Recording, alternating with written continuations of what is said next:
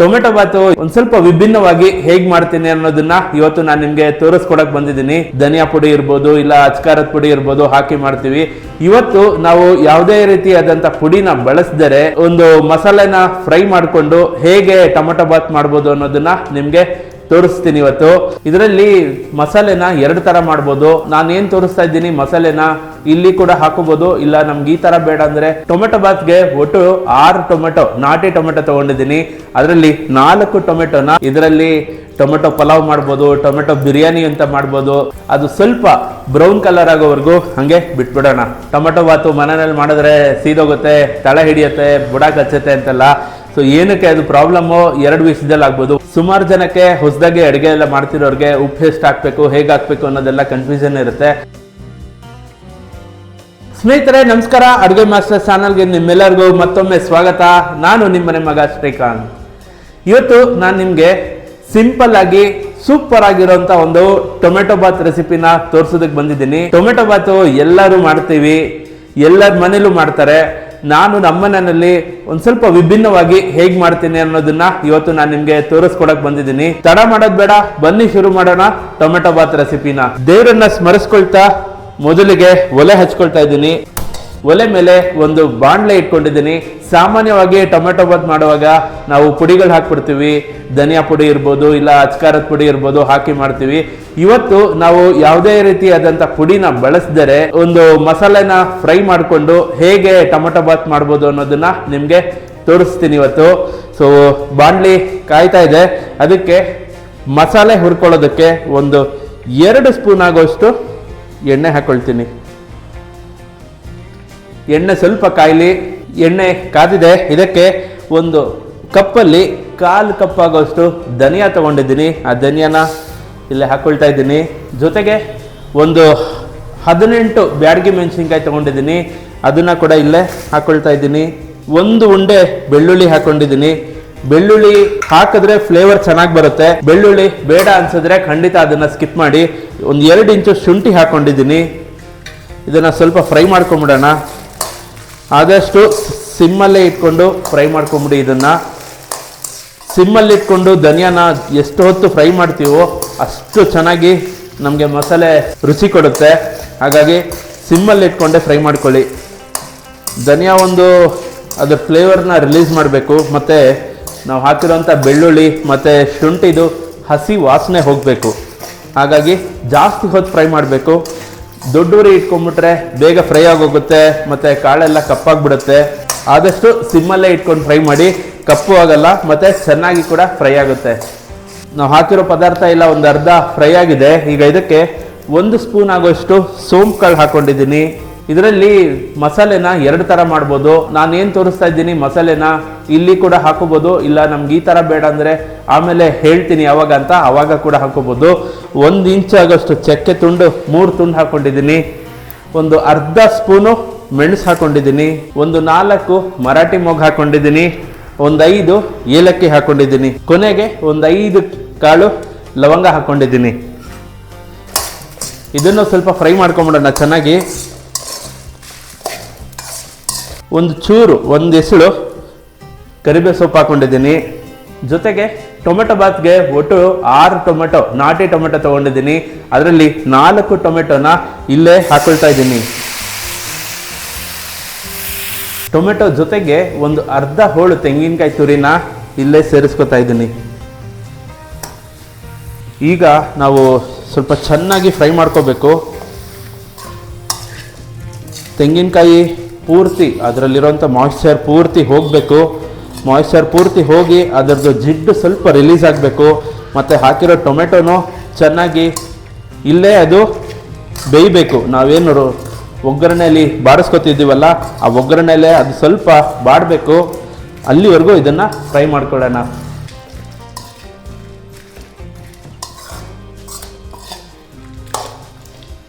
ಸ್ನೇಹಿತರೆ ಪದಾರ್ಥಗಳೆಲ್ಲ ಚೆನ್ನಾಗಿ ಫ್ರೈ ಆಗಿದೆ. ಈಗ ಒಲೆ ಆಫ್ ಮಾಡ್ತಿದ್ದೀನಿ. ಇದು ಪೂರ್ತಿ ತಣ್ಣಗಾಗಬೇಕು. ತಣ್ಣಗಾದ್ಮೇಲೆ ಇದನ್ನ ಮಿಕ್ಸಿನಲ್ಲಿ ರುಬ್ಕೊಳ್ಳೋಣ. ಸ್ನೇಹಿತರೆ ನಾವು ಹುರಿದಿದ್ದಂಥ ಅಷ್ಟು ಪದಾರ್ಥನ ಮಿಕ್ಸಿಲಿ ರುಬ್ಕೊಂಡು ಬಂದಿದ್ದೀನಿ.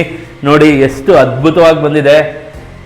ಬ್ಯಾಡಗೆ ಮೆಣಸಿನ್ಕಾಯಿ ಕಲ್ಲರು, ಮತ್ತೆ ಟೊಮೆಟೋದು ಫ್ಲೇವರು ತುಂಬಾ ಚೆನ್ನಾಗಿ ಪರಿಮಳ ಬರ್ತಾ ಇದೆ. ಈಗ ರುಬ್ಬಿದ್ದೆಲ್ಲ ಆಗಿದೆ, ಮುಂದೆ ಏನ್ ಮಾಡೋದು ನೋಡೋಣ ಬನ್ನಿ. ಒಂದು ಕುಕ್ಕರ್ ತಗೊಂಡಿದ್ದೀನಿ, ಮತ್ತೆ ದೇವ್ರನ್ನ ಸ್ಮರಿಸ್ಕೊಳ್ತಾ ಒಲೆ ಅಂಟಿಸ್ಕೊಳ್ಳೋಣ. ಈಗ ನಾನು ಅರ್ಧ kg ಸೋನಾ ಮಸೂರಿ ಅಕ್ಕಿ ತಗೊಂಡಿದ್ದೀನಿ ಟೊಮೆಟೊ ಬಾತ್ ಮಾಡೋದಕ್ಕೆ. ಸೊ ಇದು ಒಂದು 5-6 ಜನಕ್ಕೆ ಆರಾಮಾಗಿ ಆಗುತ್ತೆ ಮನೆಯಲ್ಲಿ. ಈ ಅರ್ಧ kg ಸೋನಾ ಮಸೂರಿ ಅಕ್ಕಿಗೆ ಒಂದು 100ರಿಂದ 125 ml ಆಗುವಷ್ಟು ಎಣ್ಣೆ ಹಾಕೋಬೇಕು. ನಾವು ಅಕ್ಕಿ ಎಷ್ಟು ತಗೊಳ್ತೀವೋ ಅದರ 25% ಅಂದರೆ ಕಾಲ್ ಭಾಗದಷ್ಟು ಜಿಡ್ಡು ಕೊಟ್ಟರೆ ಫೈನಲ್ ರಿಸಲ್ಟ್ ತುಂಬಾ ಚೆನ್ನಾಗಿ ಬರುತ್ತೆ. ಮತ್ತೆ ಎಣ್ಣೆ ಅಥವಾ ಜಿಡ್ಡು ಅಂತೆಲ್ಲ ತುಂಬಾ ಅನ್ಸೋದಿಲ್ಲ. ಟೊಮೊಟೊ ಬಾತ್ಗೆ 100 ml ಸಾಕು, ಯಾಕಂದ್ರೆ ನಾವು ಜಾಸ್ತಿ ತರಕಾರಿ ಎಲ್ಲ ಏನು ಹಾಕ್ತಾ ಇಲ್ಲ. ಈಗ ನಾವು ಮಾಡ್ತಾ ಇರೋದು ಸಿಂಪಲ್ ಟೊಮೆಟೊ ಬಾತು. ಇದರಲ್ಲಿ ಟೊಮೆಟೊ ಪಲಾವ್ ಮಾಡ್ಬೋದು, ಟೊಮೆಟೊ ಬಿರಿಯಾನಿ ಅಂತ ಮಾಡ್ಬೋದು. ಅದನ್ನೆಲ್ಲ ಮುಂದೆ ನಿಮಗೆ ತೋರಿಸ್ಕೊಡ್ತೀನಿ. ಈಗ ಎಣ್ಣೆ ಕಾದಿದೆ. ಈಗ ಇದಕ್ಕೆ 2 ಸ್ಪೂನ್ ಆಗೋಷ್ಟು ಜೀರಿಗೆ ಹಾಕೊಳ್ತಾ ಇದ್ದೀನಿ. ಒಂದು 3 ಪಲಾವ್ ಎಲೆ ಹಾಕೊಂಡಿದ್ದೀನಿ.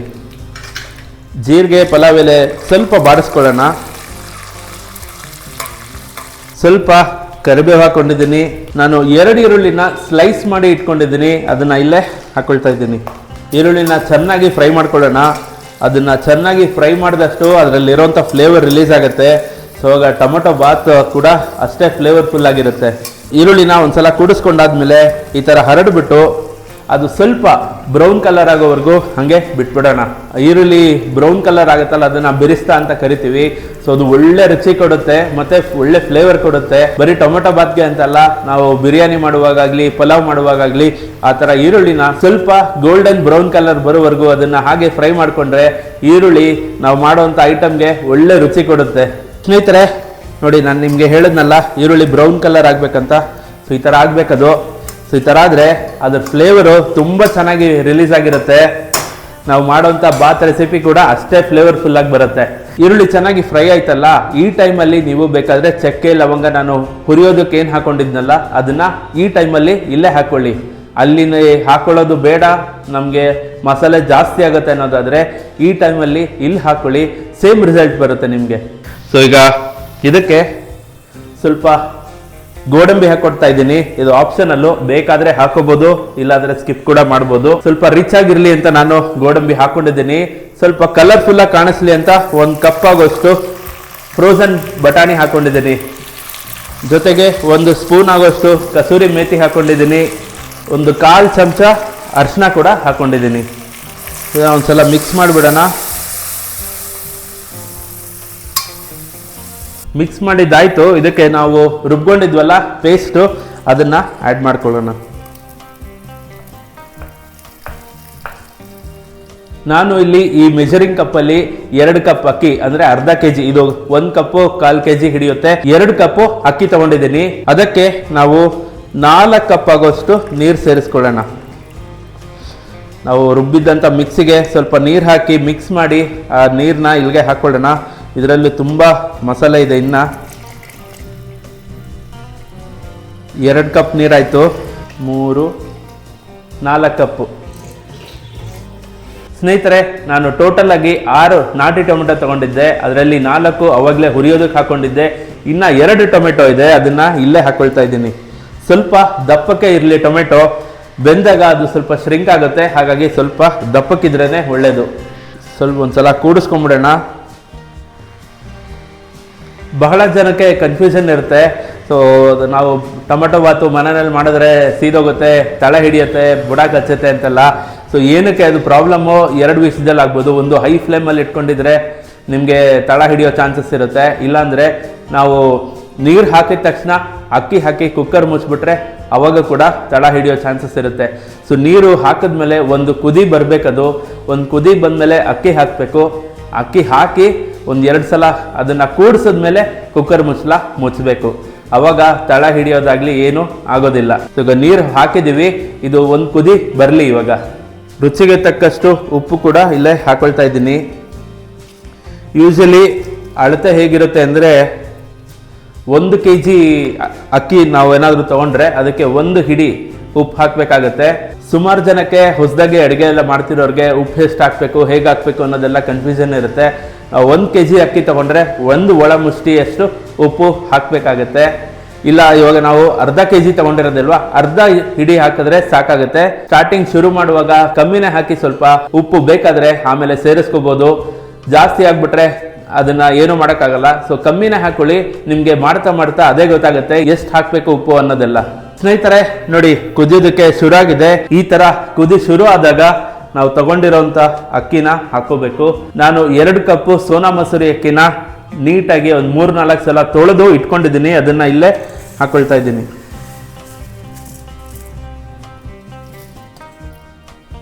ಅಕ್ಕಿ ಹಾಕಾಗಿದೆ.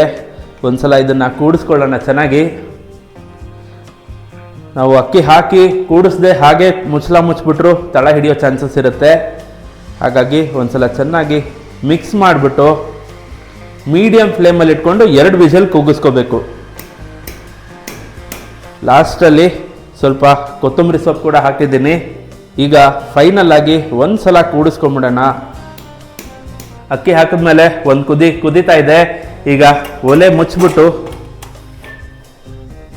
ಮೀಡಿಯಂ ಫ್ಲೇಮಲ್ಲಿ 2 ವಿಷಲ್ ಕೂಗಿಸ್ಕೊಳ್ಳೋಣ. 2 ವಿಷಲ್ ಆದಮೇಲೆ ತೆಗೆದು ನೋಡೋಣ ನಾವು ಮಾಡಿರೋಂಥ ಟೊಮೆಟೊ ಬಾತ್ ಹೇಗೆ ಬಂದಿದೆ ಅಂತ.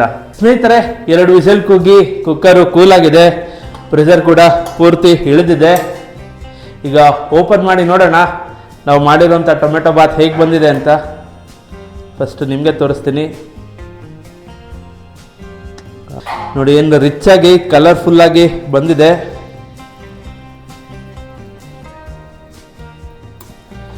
ಒಂದ್ಸಲ ಕೂಡಿಸ್ಕೊಂಬಿಡೋಣ. ಸ್ನೇಹಿತರೆ ನೋಡಿದ್ರಲ್ಲ, ಟೊಮೆಟೊ ಬಾತು ಸೂಪರ್ ಆಗಿ ಬಂದಿದೆ. ಈಗ ಒಂದ್ಸಲ ಇದನ್ನ ರುಚಿ ನೋಡ್ಬಿಡೋಣ. ತುಂಬ ಬಿಸಿ ಇದೆ ಟೊಮೆಟೊ ಬಾತು. ಇನ್ನು ಆರಿದ್ರೆ ಇನ್ನು ಉದುರುದ್ರಾಗಿ ಚೆನ್ನಾಗಿ ಬರುತ್ತೆ.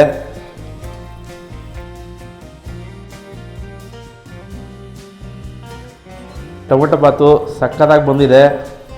ಸ್ವಲ್ಪ ಆರಬೇಕು, ಅವಾಗ ಇನ್ನು ನೀರಿನಂಶ ಏನಿದೆಲ್ಲ ಅದು ಪೂರ್ತಿ ಒಣಗುತ್ತೆ. ಒಣಗಿ ಉದುರುದ್ರಾಗಿ ಚೆನ್ನಾಗಿ ಬರುತ್ತೆ. ಸಿಕ್ಕಾಪಟ್ಟೆ ಬಿಸಿ ಇದೆ. ನಾವು ಬಟಾಣಿ ಹಾಕಿದ್ವಲ್ಲ ಸ್ವಲ್ಪ ಕಲರ್ಫುಲ್ಲಾಗಿ ಕಾಣಲಿ ಅಂತ. ಸೊ ತುಂಬ ಚೆನ್ನಾಗಿ ಕಾಣಿಸ್ತಾ ಇದೆ. ನಿಮಗೆ ಬೇಕಾದರೆ ಬಟಾಣಿ ಆಪ್ಷನಲ್ಲು, ನಿಮಗೆ ಬೇಕಾದರೆ ಹಾಕೋಬೋದು, ಇಲ್ಲಾಂದರೆ ಸ್ಕಿಪ್ ಕೂಡ ಮಾಡ್ಬೋದು.